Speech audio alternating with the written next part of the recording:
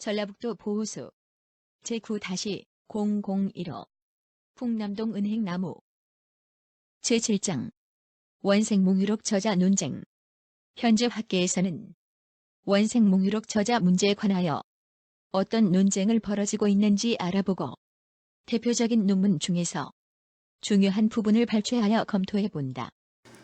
오늘은 마지막 단원으로서 이 책을 이용해서 그 원생몽유록 저자 논쟁에 관해서 본격적으로 살펴보기로 하겠습니다. 사실 이 문제는 논란의 대상이 될 수 있는 것도 아닙니다. 문제는 학계에서 잘못된 학설을 정설이라고 채택하고 있는 것이 문제인 거죠. 가정을 해보겠습니다. 만약에 제가 오늘 임진왜란 때 1, 2차 진주성 싸움에서 의병들이 활약상을 배경으로 소설을 썼는데 주인공 이름을 최경회라 그리 지었어요. 그런데 그걸 가지고 최경회가 전라북도 출신이니까 전주채씨 아니냐, 최경회 후손이 전라남도 화순에 사니까 화순채씨 아니냐, 그러고 우긴다면 그게 말이 되겠습니까? 진주성 싸움에서 의병으로 활약한 최경회는 누가 뭐라 해도 해주채씨예요. 해주채씨가 전라북도에 살지 말란 법이 있습니까? 해주채씨는 화순에 살면 안 됩니까? 몽유록이 첫 대목이 세상에 원자허라는 사람이 있었다로 시작이 되면서 이미 원자허는 관란 원호라고 결론이 나 있는 것입니다. 왜냐하면은 자허는 관란 원호의 자, 즉 이름이기 때문입니다. 그 소설의 주인공이 원호라고 적혀 있어요. 그러니까 저자가 원호든지 김시습이든지 임제든지 그 외에 어떤 다른 사람이든지 아니 현세대 어느 소설가든지 그거하고는 상관없이 원자허는 원호입니다. 그러니까 원자허가 주인공입니다. 그건 빼도 박도 못하는 사실이에요. 근데 원자허가 사실은 관란 원호예요. 그거는 변할 수 없는 진리죠. 그건 고정을 시켜놓고 그런 상태에서 원자허가 원호라면은 복권자는 누구겠는가? 저자가 누구겠는가? 뭐 이렇게 따져 들어가는 게 맞는 것이지. 거기서 뭐 쓸데없이 원자허는 뭐 공허하다는 뜻이다. 그래서 뭐 가상의 인물이다. 이게 말이 되겠습니까? 원자허가 관란이라면은 저절로 복권자는 연천이에요. 그 자리에 다른 사람은 가 앉을 수가 없어요. 그런데도 불구하고 지금도 교단에서는 원자허는 가상의 인물이고 복권자는 남효원이라고 이렇게 엉터리로 가르치고 있으니 참말로 답답한 노릇 아닙니까? 안 그렇습니까? 이 책 뒤에는 그 관란 6호 초간본에 그 영인이 이렇게 붙어 있어요. 그래서 이걸 뺀다 하더라도 한 400페이지가 넘기 때문에 이 책을 전부 분석한다면 또 매우 길어지기 때문에 그걸 다는 못하고 이 중에서 중요하다고 생각되는 부분만을 그 발췌해서 살펴보기로 하겠습니다. 양승민은 논문 원생몽유록 작자 문제의 허실에서 논술하기를 일찍이 김태준이 원생몽유록의 작자를 백호 임제라고 지목한 이래 학계의 지속적인 노력을 통해 이와 같은 주장이 정설화되어 가고 있음은 잘 알려진 일이다. 한편에서는 관란 원호가 작자라는 견해가 일찌감치 제기되었고 최근에 한 연구자에 의해서도 거듭 강조되고 있지만 이는 사실상 거의 전면적으로 부정되고 있다 해도 틀리지 않는다. 그리고 그간 원호설이 학계의 호응을 얻지 못한 이유는 무엇보다도 이를 뒷받침해 줄 수 있는 유력한 근거 자료가 제시되지 못했기 때문이다. 사실 이 책에는 관란 원호 저작설과 백호 임제 저작설을 비교적 균형 있게 수록되어 있어요. 그런데 저 도서관을 뒤적여 보면은 백호 저작설이 압도적으로 많고 관람 저작설의 주장은 아주 소수에 불과해요. 거기에다가 나주 임시, 의령남시, 평야항시 가문이 나서서 자기 조상을 선명하기 위해서 매우 열성적으로 활동을 하고 있어요. 근데 전주채 씨는 그냥 아무 반응도 없고 원주채 씨 혼자 그냥 외롭게 분투를 하고 있는데도 뭐 상당히 영향이 있다 이렇게 저는 생각을 합니다. 양승민은 같은 논문에서 18세기 초 중반경까지만 해도 독자들 사이에는 원생몽유록의 작자가 누구인지 잘 알려져 있지 않았다. 이는 이 작품을 수록한 현전하는 문헌 중 그 시기가 가장 앞서는 장능지를 통하여 알 수 있다. 장능지는 1711년에 간행되었는데 여기에는 그 작자가 밝혀져 있지 않다. 그리고 그 이유는 이 문헌의 저본이 된 노릉지 1663년 편에도 작자가 명시돼 있지 않았기 때문일 가능성이 대단히 크다. 어떤 문헌에서 작자를 기록하지 않는 경우는 그 문헌이 자신의 것이어서 기록하지 않아도 저절로 알 수 있기 때문에 기록하지 않죠. 대표적인 사례로 개인의 문집을 들 수 있습니다. 문집에 있는 본인이 지은 거는 아무것도 내가 적었다고 안 써놨어요. 그렇지 않은 경우라면 반드시 작자 미상 또는 시명 실정 등 그렇게 적죠. 근데 장릉지의 목유록 작자를 기록하지 않은 것은 주인공이 원자허이기 때문에 작자를 적지 않아도 저절로 관람이 자전적으로 적은 소설인 줄 알 수 있기 때문입니다. 이 책 내용으로 들어가기 전에 이 논쟁의 뿌리가 되는 조선시대 문헌을 한번 살펴보기로 하겠습니다.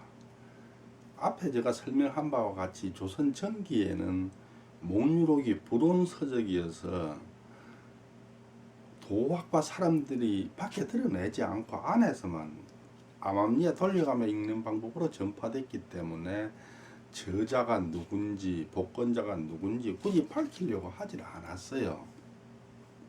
근데 이제 조선 후기에 들어와서 병자 사화에 대한 인식이 개선돼서 이제 크게 문제가 되지 않게 됨으로 해서 여러 사람이 문집에다가 그걸 수록하기 시작하면서부터 수록하는 사람이 저자가 안 적혀 있으니까 그냥 추측해서 적은 것이 이게 이제 문제를 일으키게 된 거죠.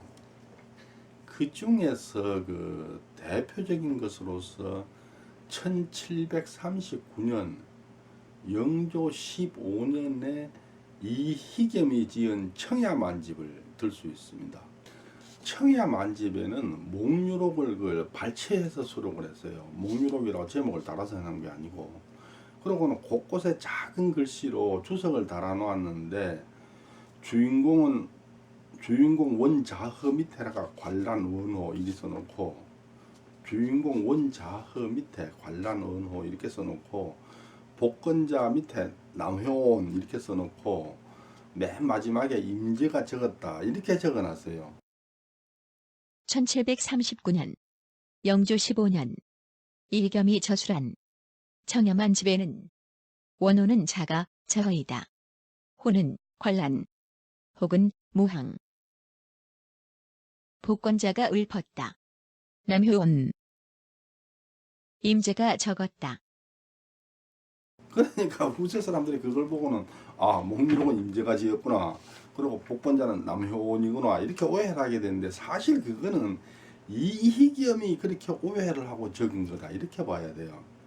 근데 이희겸도 원자허가 관련 원호라는 거는 알았는데 복권자를 남효원이라 적은 거는 원호와 남효원의 관계를 분석을 안 해봤기 때문이에요. 그리고 연촌하고 관련 사이 관계를 몰랐기 때문이에요. 양승민은 같은 논문에서 청야만집에 수록된 원생몽유록 2보는 원자허의 이름 아래에 이름, 무항. 이른바 생육신 혹은 관란 혹은 무항이라는 줄을 달아놓기도 했는데 이는 원자호가 가공적 인물로 수용되지 않았음을 보여주는 것이다. 그리고 여타 이본 중 상당수가 육인과 복권자의 하단에만 이름이 명기된 것은 필사자들이 자화를 원어와 의당 동일시했기 때문일 가능성이 대단히 높다. 대한민국 역사에서 가장 비참한 시기를 들어라 그런다면 누가 뭐래도 일제강점기겠죠.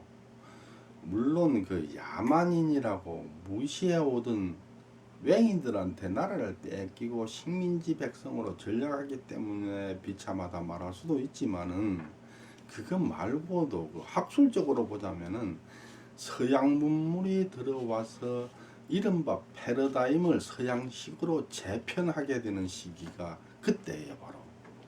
그런데 그 일을 모두 일본 사람 내지는 일본에서 공부한 사람이 담당해서 모든 학문 체계가 일본식으로 정립돼 버리고 말았어요.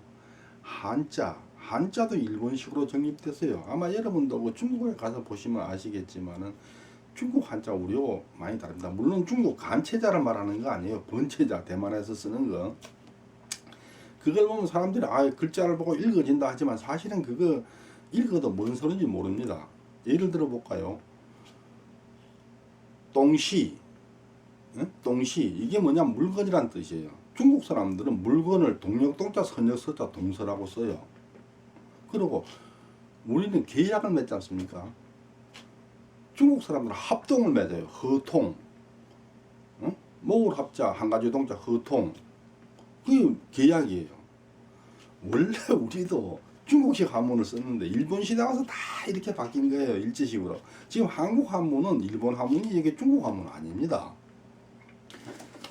해방 후에도 그 일제 강점기에 정립된 그 패러다임에서 벗어나기가 어려웠기 때문에 아직도 그 일제의 흔적을 지우지 못한 것도 많고, 또 일본식에서 벗어나려는 분투가 너무 강렬하다 보니까 오히려 반대 방향으로 왜곡하는 문제를 일으키기도 합니다.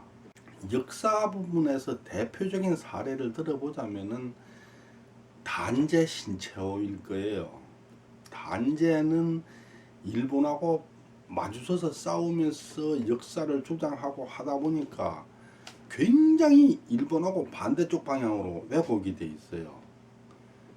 그런데 이제 그거를 이제 단제는 죽고 지금 와서 보니까 그걸 갖다가 거꾸로 바꾸려면 이게 일제식이다 이렇게 되고 막 하니까 이게 문제가 심각하게 되는 거죠. 사실은 단제에 의해서 왜곡된 역사도 무지무지 많습니다.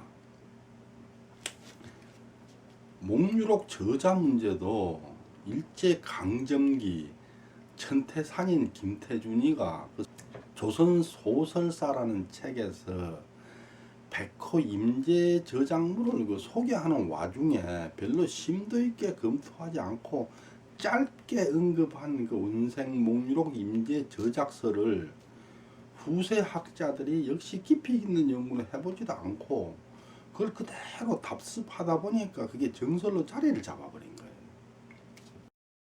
김태준은 저서 조선소설사에서 주장하기를 수성지는 후대에 지은 천군 연의와 심사와 동일한 형식을 가진 단편이니 이리저리 돌린 비유로 자기의 불우함을 탄식한 것이다.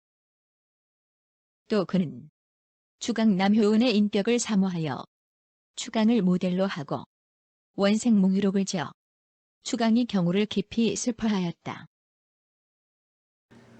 문장 전체를 다 읽어봐도 김태준은 목유록 저자에 대해서 그렇게 깊이 있게 검토하지는 않은 것 같아요. 아마도 그 청야만집을 비롯한 다른 문헌에 그 임제다, 남효원이다 이렇게 이름이 적혀 있으니까 그냥 큰 고민 없이 그렇다고 단정을 해버린 것 같아요.